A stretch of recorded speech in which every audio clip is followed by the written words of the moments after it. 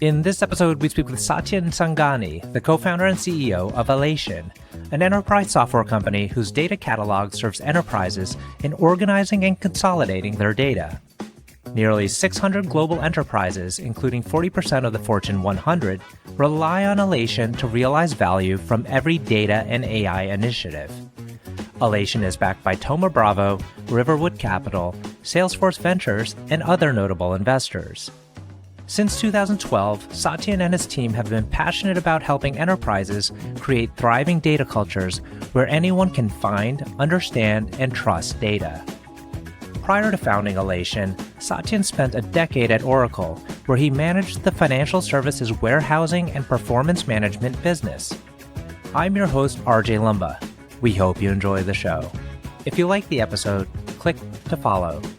RJ Lumba is the executive chairman of Market Insight Media and the managing partner of GrowthCap. He is the host of Great Entrepreneurs, a podcast for driven entrepreneurs and business owners.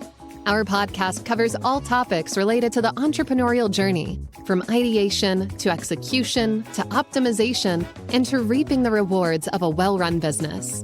In the minutes ahead, we'll share with you unique insights and tactics from some of today's most accomplished and inspiring entrepreneurs. Satyen, thank you so much for taking the time to chat with us today. It's a delight to be with you. Great to be here, RJ. Thank you for having me. I'm always interested in understanding kind of the thought process for someone who starts out their career in investment banking and eventually makes it to entrepreneurship. And I ask that question because it's not many that decide to depart from, I'd say, a more traditional finance path or corporate path to become an entrepreneur. Did you always have an inkling that you would eventually found your own company? Really the opposite. My father was an entrepreneur and he had a lot of success as I was growing up, and then correspondingly had an incredible amount of failure as I was growing up even more in high school. And that was kind of a traumatic event for me. Like, I did not want to be an entrepreneur. It was not even part of my psyche. There were probably two reasons why I went into banking. I think the first was that I just had a more analytically oriented mindset, studied economics, and loved to study and just like understand the world around me. And so I think, being in banking or consulting sort of gave you that path, and it was a good first job. But honestly, the other piece of it was just like the income and the security. Like, I really wanted to just have a job that would just pay me and like allow me not to feel insecure about money. And so a big part of it was really achieving that level of security and having something safe. That's interesting. So despite the fact that mentally you're positioning yourself away from entrepreneurship, you end up down the road becoming an entrepreneur. Do you think an entrepreneur is born or made? Probably made more than born. In my case, you have a lot of training. And I think a lot of people get training from their parents in whatever they do. Like, if you see two physician family, often you'll see a kid who becomes a physician. And so in my case, I saw a lot of it growing up, and there was a lot of osmosis that was there. But ultimately, entrepreneurship is like a choice. It's a very real choice to go off into the world and do something that is different. And so that exercise of choice is, in some ways, it's the most fundamentally human thing. And you can be the born entrepreneur and never make the choice, or you can be somebody who never is going to do the job and decide to. And so I think that's one of the magical things about it. So let's talk about the moment where you decided to start your own company. Where were you in your career, and what was it that actually was the catalyst to you founding the company? My wife, really, honestly. So I was at Oracle and I was a VP and, working my way up the ladder. And I never, through the process of working at Oracle, it taught me a ton. And I'm very fortunate to have had that experience, but I didn't enjoy the work. And so when I started there, or one day, I think I was in my home office and I walked out and I was super frustrated about something that was going on where I was trying to get something done in the company and I couldn't get it done. And in that moment, my wife looks at me and she says, "You need to go start a company." And like, you're clearly frustrated. You're constantly complaining. And by the way, we'd never spoken about entrepreneurship. We'd never spoken about me starting the company at this point. I was dabbling in a million things, but there was never this notion that I was going to leave and do something different. And she was pretty clear that I was going to go start a company. And I think her words at the time were, "I'm not going to live with this bitter old man that has all these regrets." And so it wasn't my decision, actually, ironically enough, it was hers, because she was not going to live with this like cantankerous old annoying human being. So yeah, it was her. You bring up a very interesting point. I think partners today don't get enough credit for what they do for their husband or wife. And, with my own personal experience, it was the case too. I have a very supportive wife for things I want to do in my career. What was it about her ability to see that in you and have faith? Because many wives or husbands could say, that's too risky. We have a family or we're embarking on a family. Don't do that right now. So, what do you think gave her the confidence to then share that confidence with you? Well, I think probably two things in her own psyche and makeup. So she's a pediatrician. And so, literally, the lowest risk appetite class of professions, she's definitely about sort of the picket fence and having things in order. So, that was not part of the makeup. And also not very driven by money. So, there was no necessary, like, she would much rather, on her own preference, have me have a stable job, coming home, every night at the same time. And, Oracle was certainly more of that, although not totally that than the alternative. But for her, I think the very obvious thing was, look, he's unhappy and, he's coming home every day and he's like being really annoying and whining about whatever it is that he's doing. And I think for her, she just was very clear that she didn't want to deal with that. And I look, she's an amazing human being. So she obviously loves me and knew that I was unhappy and has made a massive sacrifice because not only did that decision lead to my starting the company, but my starting the company ultimately led to the decision of her staying home to watch the kids. And in her case, she's objectively brighter than I am, objectively more capable than I am. She just better test scores, did better, was a UCSF educated physician. And so huge sacrifice. And there's no chance that I would be able to do any of this without her. Mm-hmm. Now, when you started Alation, was the original idea about data governance or did it evolve into that? There was kind of no term for the original idea. I mean, the way we thought about Alation, so what Alation is basically we describe it today as a data intelligence platform, which, doesn't really mean anything if you don't understand the world of data, which most people don't. The idea was that data is this thing that sits inside of databases, and most people don't understand it because these databases are effectively written by programmers who write these database schemas, who in turn model the world in their own mental model. And you can model the world in your own mental model in literally an infinite number of different ways. And so understanding what's in this database is not something that any average person could do. You'd have to reproduce how that person thought about the world. And the way in which you would do that is by basically talking to that person and documenting the code and the program and the schema.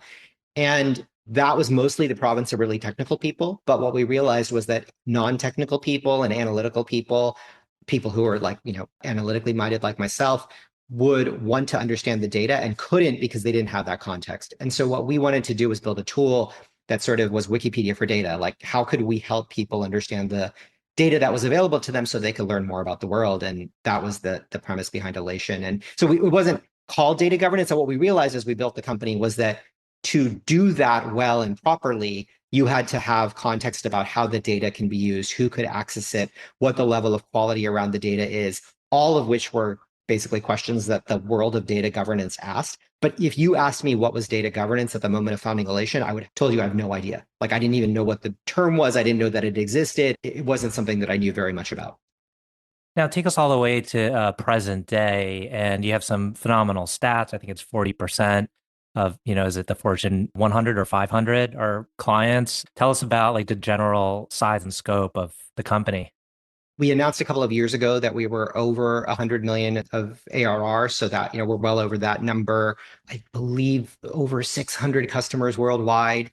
We have customers, I think, in 35 different companies, employees in as many companies, over 500 employees, also worldwide. So it's a big company. I think the revenue number is obviously the one that we don't disclose as deeply, but it's the one that we're the most proud of because ultimately that's about what we produce in the world, even though, yes, that's what we get from our customers. It's the value that I think proxies what we do. And, that's obviously super exciting.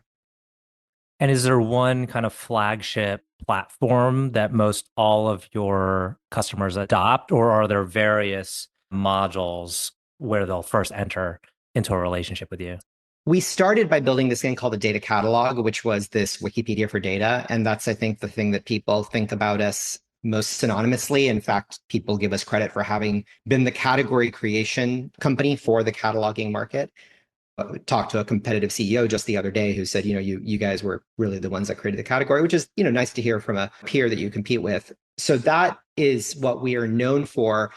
I think as we move forward, when we move forward, people now almost think of us as prominently as in the world of data governance, in the worlds of data lineage.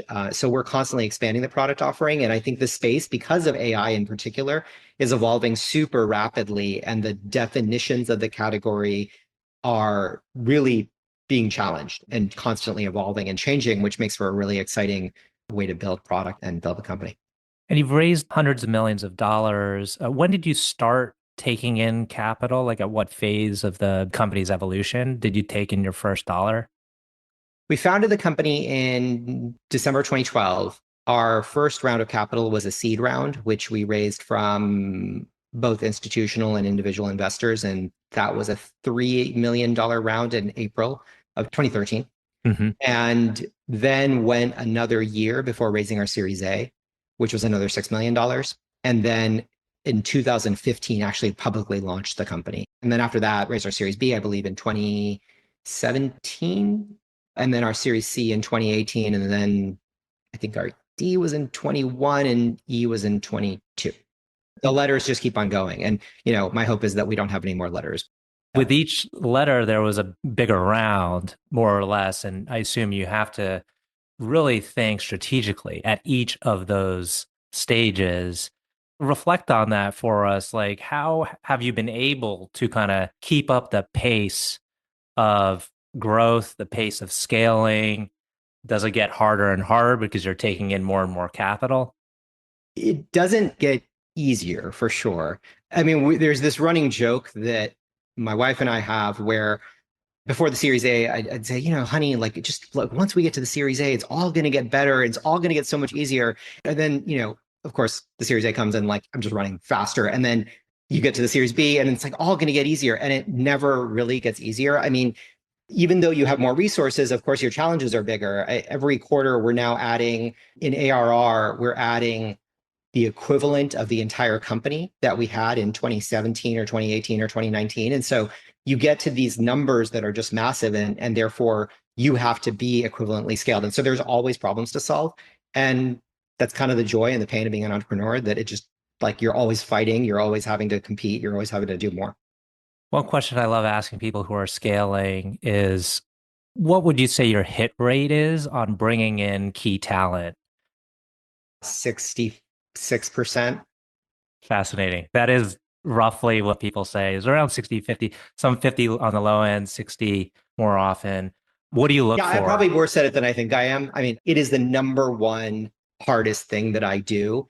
Just all of the people, knowing when somebody's great in a job, knowing when they're no longer great in the job, knowing how to transition them into the right job. I mean, that and market selection are effectively the two most important capabilities. Like those two things, I spend so much of my time doing those two things. Do you think there's a way to interviews to increase the probabilities of success? Yeah, for sure. For sure. There are, and I wish I were better at it. I think there are people who are much more methodical, thoughtful people. I do think you learn a lot over time through experience and instinct. And so much of hiring is not just about knowing the person, but about also knowing yourself. And what will work with you, what will work with the group, what will work within the culture of the company. Because there are amazing people who won't necessarily work at Alation today that might have worked at Alation 5 years ago, or who might work at Alation 5 years from now. And that alchemy is really hard. So a lot of it, I think, actually does boil down to self-awareness and self-insight. And also it boils down to knowing the other person and what they're capable of. And of course, you can have incomplete knowledge of yourself, and you can also have incomplete knowledge of other people. So that's the dance that's so hard. How much of the company's culture is a reflection of you? So the conventional wisdom around that is that the founder sets culture, that the founder is the person that sort of sets the culture of the company.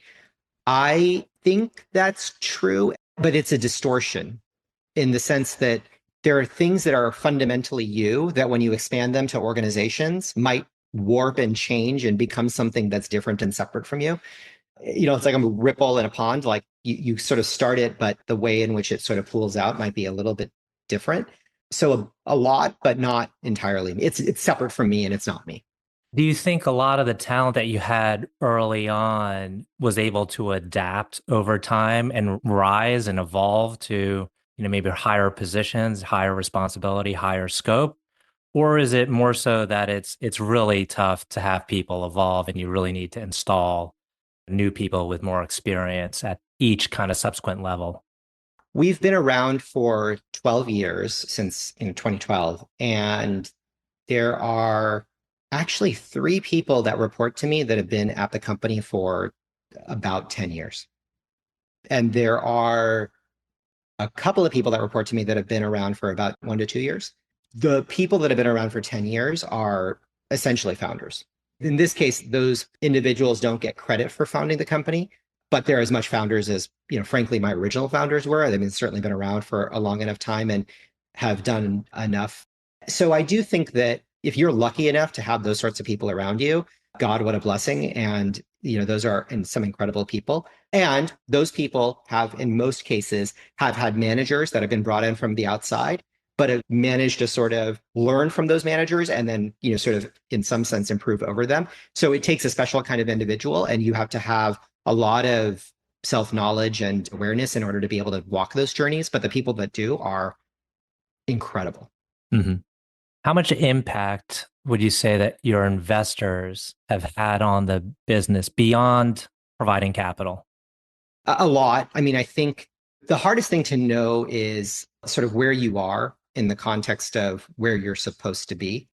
And everybody has partial knowledge. I mean, everybody has this sort of limited sense for what, like, there's that, sort of the blind man and the elephant. On some level, we're all kind of blind. Like the investors sort of see a dimension of the company, but they don't see the whole company. You as the founder see a dimension of the company, but you don't see the whole company. Maybe you have the biggest awareness as CEO or founder, but you still don't have full and complete knowledge. And so they give you perspective, and that perspective is really valuable. And different investors, some push you faster and farther. Some push you faster and farther on go to market. Some are on better on product. Some, simply just listen to you when you need to be heard and, are in a particularly difficult state. So it really is different. But I think if you surround yourself with the right people, they are going to put a mirror to you and tell you what works and what doesn't. If you had to do it again, build another company, would you do it with or without investors?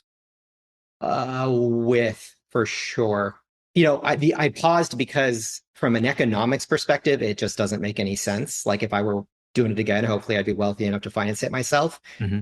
But if I were to do it again, walking every day with many of my board members, folks like Greg Sands, who I'm wearing the vest for Costa Noah Ventures, that's a huge privilege. And frankly, that experience, you can't really quantify it. Like the money doesn't matter. You'd rather have people next to you who are simply just like walking the journey with you and acting in the interest of the company and just trying to deal with the hard problems that you're dealing with. Before we enter into our final 2 questions, just one last one. What drives you? Different over time. I think when I was earlier in my career, I definitely had a chip on my shoulder, partially just due to like my own desire to prove myself and partially due to, maybe some of the stuff that, happened with my own family. But there was definitely like a chip of like, oh, I got to prove myself. I got to like prove that I'm valuable, prove that I'm useful. Now I think gotten to a place where that doesn't matter so much anymore. And what I mostly care about is both solving interesting and hard problems and kind of waking up every day and being able to just keep myself stimulated and intellectually driven and moving forward, and then impacting the lives of other people, whether that's my customers or my employees or my investors. And those are the 2 things. And, like, I think, look, like everybody, you want recognition, you want financial rewards, but those things are all kind of finite. I mean, there's always somebody more famous, there's always somebody with more money, and you can always consume a million things. And so at some point, you kind of have to have satisfaction in the moment. Fantastic. Last 2 questions. One is, can you tell us about a person who has had a profound influence on you? I talked about my wife. Why don't I talk about my mom? Like, I think everybody's parents impact them incredibly much. My mother is just this incredible human being who, obviously through the early part of my life, just constantly gave, like, was always there to wake up earlier, make food, care for me. Like, she would like, obviously being a young Indian boy, just like gave me this unnatural confidence that was probably undeserved and would feed me constantly. And then, later in life, I think just has become the model of somebody who I would like to become when I grow older. Just super happy, super generous, very at peace in the moment. And those are all things that I would aspire to be. Last question. Can you tell us about a charity, cause, or other endeavor that you're passionate about? So many. This is not one that I'm directly involved with, but my wife so my son has food allergies. He's got allergies to mustard, sesame, a whole bunch of nuts, cashews and pistachios, and weird things like kiwi. And our food supply has massively been corrupted. And whether that food supply is leading to genetic changes that are causing the food allergies, or whether it's the food supply itself, we just don't know. And the trends are fairly alarming. So food allergies are something that I care a ton about. And Jigna, my wife, obviously as a pediatrician, has gotten a lot more involved in both the advocacy side of it, where we need to do better work in labeling, but there's also an entire research side in order to both find cures, but also find causes, and just understanding how we can get on top of that and not have our bodies work against ourselves, because it's an allergic and autoimmune response is something that we ought to do, because we don't need a whole bunch of people walking around rejecting the food that nourishes them. Well, Satyen, I want to thank you again for taking the time to chat with us today. This has been a wonderful conversation. Thanks for having me, RJ.